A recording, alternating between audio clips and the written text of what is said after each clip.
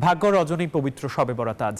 এই মহিমান্বিত রাতে গুনাহ মাফের আশায় নফল নামাজ, ইবাদত বান্দেগি আর জিকির আজগারে মশগুল থাকবেন ধর্মপ্রাণ মুসল্লিরা। প্রিয়জনের কবরও জিয়ারত করবেন অনেকে। দেশজুড়ে মসজিদে মসজিদে আয়োজন করা হয়েছে দোয়া মাহফিলের। আরও জানাচ্ছেন নিশাদ অর্ণব। হিজরি সনের শাবান মাসের 14 তারিখ রাতকে বলা হয় শবে বরাত। অনেকে একে ভাগ্য রজনী মনে করেন, তবে মূলত এটি আল্লাহর কাছে নৈকট্য লাভের আশায় ক্ষমা প্রার্থনার সময়। হাদিসে আছে, হিংসুক আর মুশরিক ছাড়া এই রাতে সকলকে মাফ করে দেন মহান আল্লাহ তাআলা। দিন 15 পরে শুরু হবে পবিত্র রমজান মাস, তাই সেই প্রস্তুতিও নেন মুসলমানরা। মহিমান্বিত এই রাতে নফল নামাজ, কোরআন তিলাওয়াত আর জিকির আজগরে মশগুল থাকবেন ধর্মপ্রাণ মুসলমানরা।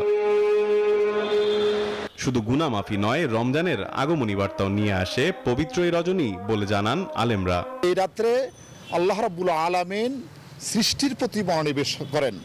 ইয়াত্তালিউ ইলা খালকিহি, ফায়াগফিরু লিজামি খালকিহি ইল্লা মুশরিক আও মুশাহিন, অর্থাৎ সকল বান্দাদেরকে আল্লাহ ক্ষমা করে দেন, তবে যে আল্লাহর সাথে শিরিক করে আর যে হিংসুক ব্যক্তি, এই দুই ব্যক্তি ছাড়া আল্লাহ সবাইকে ক্ষমা করে দেন। এই দিনকে উৎসবে পরিণত না করে আল্লাহর দরবারে ফরিয়াদে মনোযোগ দেওয়ার পরামর্শ দিয়েছেন এই ইসলামী চিন্তাবিদ।